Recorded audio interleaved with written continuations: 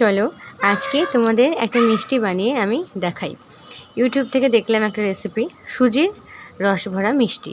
তো সেটা আজকে বানাবো। এখানে ঘি নিয়েছি, সুজি নিয়েছি, লিকুইড দুধ আছে, চিনি আছে, আর একটা মিল্ক পাউডার আছে, আর কয়েকটি এলাচ আছে। তো এইগুলো দিয়েই আজকে আমি তোমাদের করে দেখাবো সুজির রস ভরা মিষ্টি। তো চলো দেরি না করে রেসিপিটা শুরু করে দেওয়া যাক।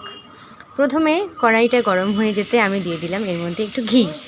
তো ঘিটা হালকা গরম হয়ে গেলে এর মধ্যে আমি দেব সুজি। চলো দেখো, তো ঘিটা মোটামুটি গরম হয়ে গেছে ভালোভাবে। তো এবার আমি দিয়ে দিলাম সুজিটাকে ভালোভাবে একটু ভাজতে হবে। ভালোভাবে মানে হালকা করে, খুব লাল করলে চলবে না, কারণ পুড়ে গেলে মিষ্টি কিন্তু ভালো হবে না। তাই হালকা করে ভাজবো, ফ্লেমটা একটু মিডিয়াম আঁচে রাখবো। চলো, আমি মেয়েকে বললাম তুই একটু ভিডিও করে দে, তারপরে আমিও একটু করব। আমার মেয়ে আমাকে অনেকটাই প্রায় হেল্প করলো, সেই জন্য আমার একটু সুবিধাই হলো আর কি বলতে পারো। তো দেখো সুজিটা প্রায় ভালোভাবে ভাজা হয়ে গেছে, বেশি পুড়িয়ে ফেললে হবে না। তাই এবার আমি যে লিকুইড মিল্কটা আছে সেটাকে আমি দিয়ে দিলাম। তো এটাকে একটু ভালোভাবে নাড়তে হবে, একটু কাদা কাদা ভাব আনতে হবে, নাহলে পেস্টটা সুন্দর হবে না। আর পেস্টটা ঠিক না হলে আমি এটাকে মিষ্টির আকারে নিয়ে আসতে পারবো না। তো এটাকে ভালোভাবে একটু মিশিয়ে নিচ্ছি। একটু টাইট মনে হলো, তাই জন্য আরেকটু দুধ আমি দিয়ে দিলাম এর মধ্যে। তো এটাকে ভালোভাবে নাড়তে হবে, কিন্তু যত নাড়বো পেস্টটাকে সুন্দর করব, মিষ্টিগুলো তত সুন্দর হবে। চলো তোমরা দেখতে থাকো কেমন লাগে। হঠাৎ করে ইচ্ছে হলো আর কি, ইউটিউব দেখছিলাম, তো মেয়েকে বললাম দেখ মা, নতুন একটা রেসিপি দেখলাম, একটু ট্রাই করা যায়। মেয়ে বললো হ্যাঁ চলো। তো দেখো পেস্টটা খুব সুন্দর হয়ে গেছে অলরেডি। তো দেখো পেস্টটা মোটামুটি খুব ভালো হয়ে গেছে। এটাকে একটা আলাদা পাত্রে আমি তুলে রাখবো, এবং পাশেই বানিয়ে নেব মিষ্টির শিরা বানাতে কী লাগছে, এখানে একটু জল বসিয়ে দিয়েছিলাম, এর মধ্যে এলাচ দিলাম কয়েকটি, আর চিনি দিলাম। তো চিনিটা ভালোভাবে ফুটলে রসটা একটু গাঢ় হবে, তো তখন মিষ্টি শিরা একদম রেডি হয়ে যাবে। তো এখন এটা বসিয়ে দিলাম। এখানে আমি মিষ্টিগুলো একটু করে নিই। মিষ্টিগুলো করার জন্য কি লাগবে দেখো, সুজির পেস্টটা নিলাম, এর মধ্যে একটু মিল্ক পাউডার মিশিয়ে দিলাম, যাতে করে মিষ্টিটা খুব ভালো হয় আর কি।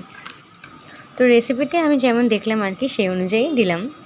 তো দেখো মিষ্টি, প্রত্যেক কটা মিষ্টি আমি বানিয়ে নিয়েছি।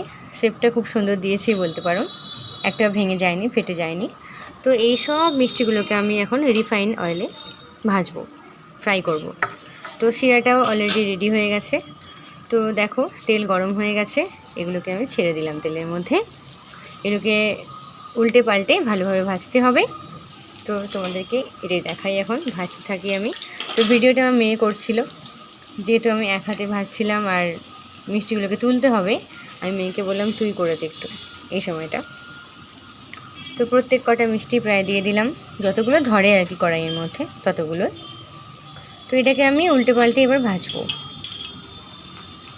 তোমরা কিন্তু একবার ট্রাই করতে পারো, রেসিপিটা দেখে ভালো হবে আই হোপ। জানি না কেমন খেতে হবে, আমিও তো করছি, প্রথমবার একটু করেই ফেললাম, দেখা যাক না, খেয়ে আমি রিভিউ দেবো তোমাদের কেমন হয়েছিল, আমার ছেলেমেয়েরা কী বললো আর কি।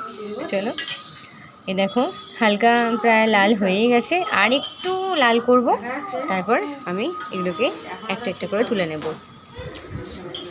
তো দেখো এইভাবে আমি প্রত্যেক কটা ভেজে নিলাম, আর একটু হালকা লাল হলে আমি এগুলোকে তুলে নেব।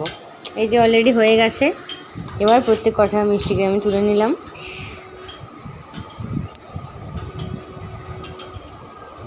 দেখো দেখতে খুব সুন্দর হয়েছে না?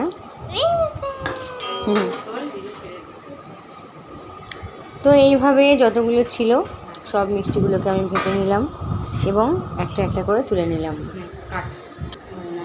তারপর এখানে শিরাটা রেডি ছিল, মিষ্টিগুলোকে আর কি শিরার মধ্যে আমি দিয়ে দিলাম।